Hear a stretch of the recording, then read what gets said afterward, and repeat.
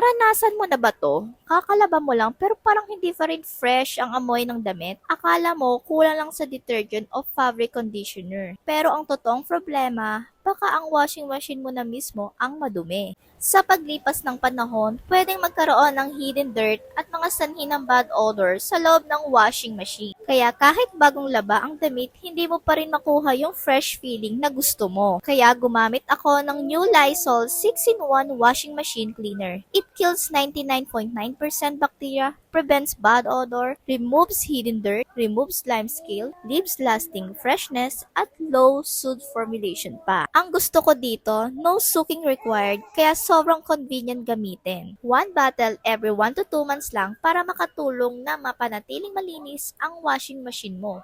Kung gusto mong alagaan ang washing machine mo at makatulong laban sa bad odor, subukan ang new Lysol 6-in-1 washing machine cleaner. Kaya ano pang hinihintay nyo? I-check out nyo na yan dyan sa aking basket.